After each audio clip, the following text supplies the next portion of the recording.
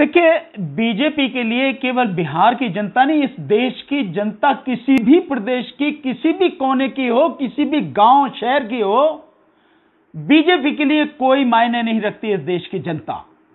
और यह सरासर झूठ है जो बोला जा रहा है कि कोरोना वैक्सीन अगर आएगी तो फ्री में बिहार की जनता को वो दिया जाएगा।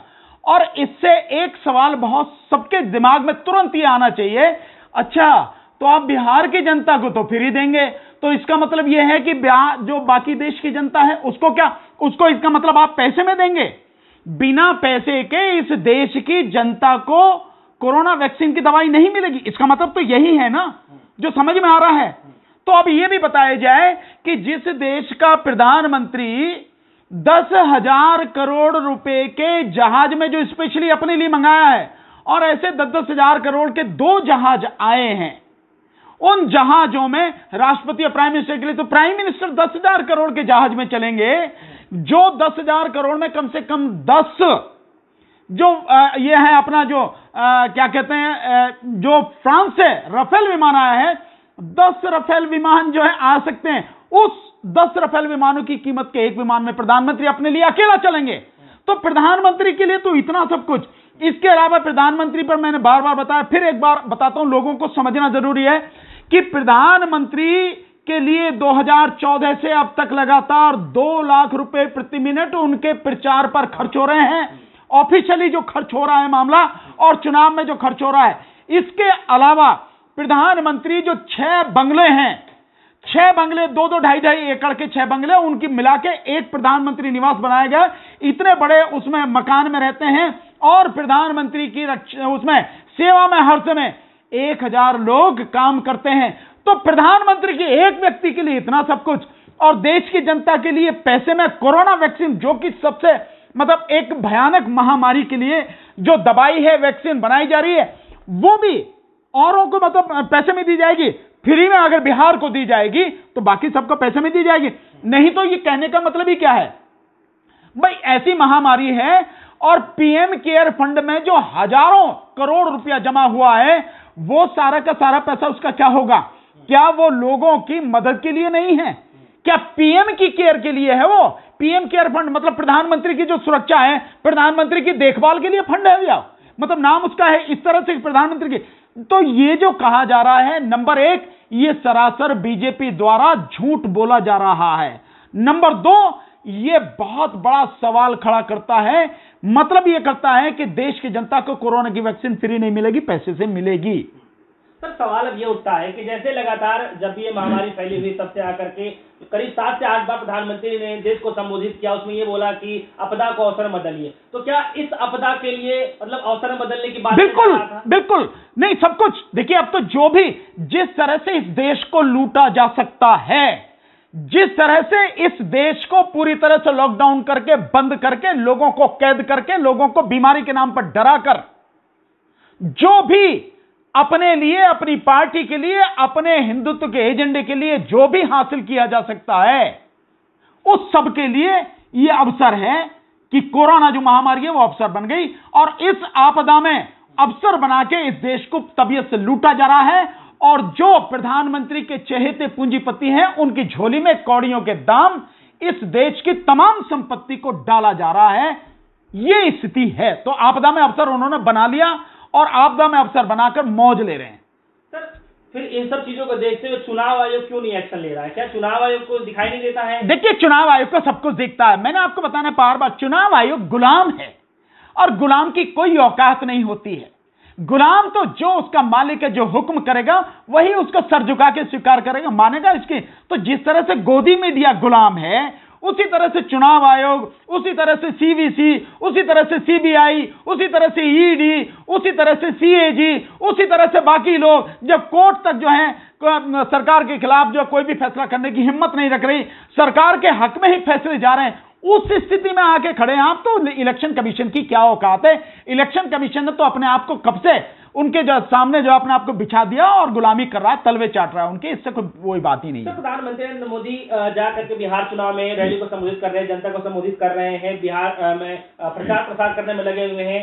अब देखा यह जा रहा है कि धारा 370 को लेकर के हाल ही में उन्होंने मतलब बिहार की जनता को बताया। अब ये बताइए कि मतलब बिहार में चुनाव है, बिहार की जनता को धारा 370 से क्या लेना देना है जो उसमें अपनी उपलब्धियां गिरा रहे हैं? मैं समझता हूं, अगर देखिए वही है कि देश की जनता को गुमराह करना, और गुमराह करने के लिए राष्ट्रवाद, देश हित, इससे बड़े नारे क्या होंगे? हर व्यक्ति सोचता नहीं और देश के हित की बात है, चलो यार ये ठीक ही कह रहे होंगे, ये सोचता।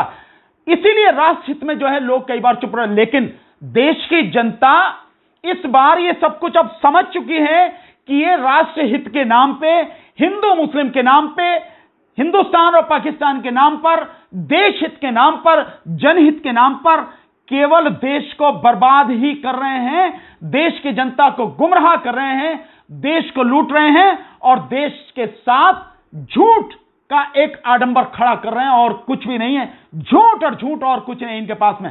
सच्चाई अगर इन्हें बतानी है तो ये सच्चाई बताएंगे। इन्हें बतानी चाहिए कि कारगिल किसकी वजह से हुआ, जिसमें हमारे नौजवान सैनिक, हमारे अधिकारी, नए नए लड़के जो कैप्टन हैं, मेजर तक के जो हमारे सैनिक अधिकारी शहीद हुए, वो किसकी वजह से हुआ? तुम्हारी गलत नीतियों की वजह से हुआ। बताओ ना कि कैसे कंधार में जो है, जब हमारा जो जहाज किडनैप किया गया था, कैसे दामाद बना के उन आतंकवादियों को छोड़ के आए थे जिन्होंने बाद में सारी चीजें इस देश को जो है मतलब जीना जिनका हराम कर रखा है। बताओ ना, पुलवामा में जो तुमने किया, तुम्हारे कुकर्मों की वजह से पुलवामा हुआ और आज तक जो है चार्जशीट तो तुमने फाइल कर दी, लेकिन तुम ये नहीं बता पा रहे कि हकीकत में उसका करता धरता कौन था और उन लोगों के साथ में क्या हुआ। तुमने आज तक कोई गिरफ्तारी नहीं।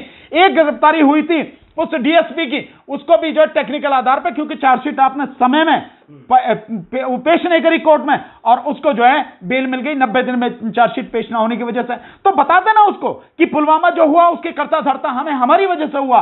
और ये जो हुआ है अभी, जो 20 सैनिक हमारे शहीद हुए लेह लद्दाख में जो हुए, क्योंकि वो भी हमारी ही करतूत है और उसका फायदा हम लेके बताने कि बिहार रेजिमेंट के लोग थे। तो ये सारी चीजें बताए ना, ये नहीं बताएंगे, वो 370 बताएंगे।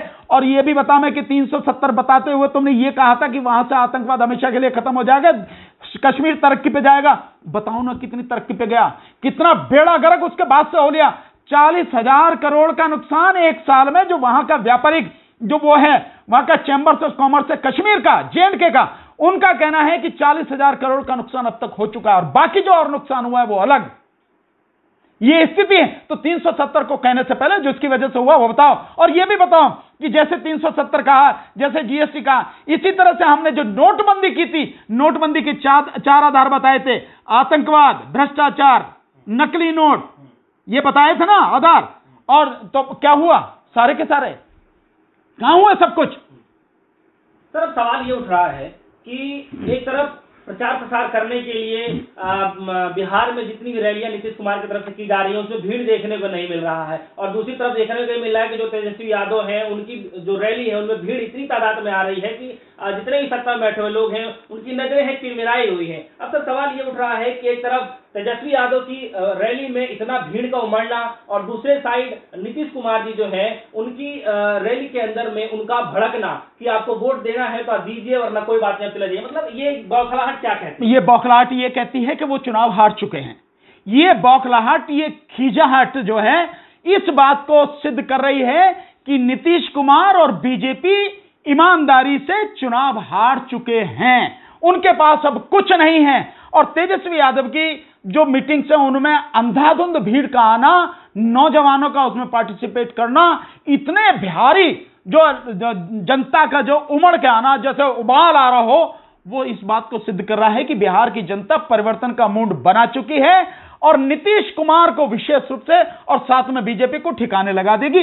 अगर ईवीएम में गड़बड़ी नहीं की तो, ईमानदारी से अगर चुनाव हो गया तो इन दोनों को ठिकाने लगा देगी तबीयत से, तो ठिकाने साथ में लगेंगे पासवान की पार्टी, वो भी इन तीनों को तबीयत से ठिकाने लगा देगी। इसका यही मतलब है।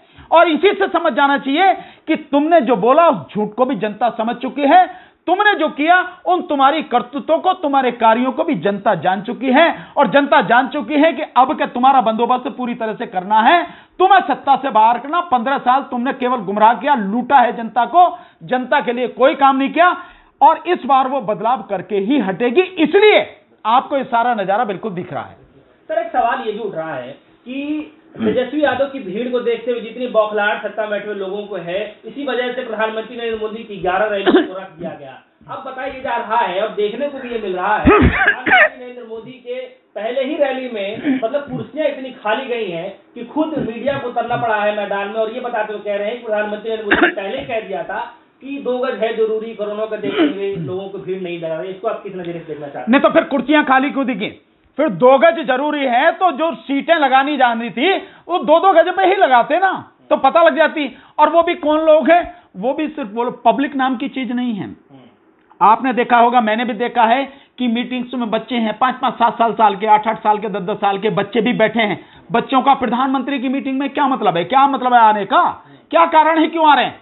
और वो जो भी लोग हैं एक तो किराए पे लाए गए हैं, और अगर कुछ भी हैं तो वो बीजेपी के सिर्फ कार्यकर्ता हैं ताकि कुर्सियां भरी हुई दिखा दें, उस सबके बावजूद भी खाली हैं। तो उन्हें समझ में आ जाना चाहिए कि सोशल डिस्टेंसिंग नहीं है, अब कि तुम्हारी डिस्टेंसिंग पूरी कर देगी बिहार की जनता, तुम्हें सही कर देगी, चिंता वाली बात नहीं है। और मैंने पहले भी कहा था, फिर कह रहा हूं इस बात को, बिहार की जनता ने मन बना लिया है, तुम्हें सत्ता से बाहर ही नहीं करेगी, तुम्हें सबक भी सिखाएगी। इसीलिए तुम्हें गांव में घुसने नहीं दिया जा रहा। गांव गांव में तुम्हारा तबीयत से, तुम्हारे एमपी एमएलए जो हैं और तुम्हारे मंत्री, उनका स्वागत तबीयत से हो रहा, जानती है। इस पब्लिक को तुम मूर्ख नहीं बना सकते। ये पब्लिक कहती नहीं है, ये सच है, गरीब है, बेचारी डरती है, लेकिन ऐसा नहीं है कि ये जानती नहीं, समझती नहीं, सब कुछ समझती है। ये पब्लिक है, ये सब कुछ जानती है। और अब स्थिति तो वो हो गई कि हीरे मोती तुमने छुपाए, कुछ हम लोग ना बोले, जब आटा चावल भी छुपा तो भूखों ने मुंह खोले। अरे भीख ना मांगे, अरे कर्ज ना मांगे, ये अपना हक मांगती है, ये पब्लिक है, ये सब जानती है। और जानने के बाद ही उसे मालूम है कि किसको भगाना है, किसको जिताना है। इसलिए जिसको भगाना है वहां खाली पड़ा है, और जिसको जिताना है वहां पब्लिक अंधाधुंध पब्लिक इकट्ठी है, भरमार है लोगों की, एक जबरदस्त भीड़ उत्साह लोगों में है, जिसको जिताना है उसके साथ।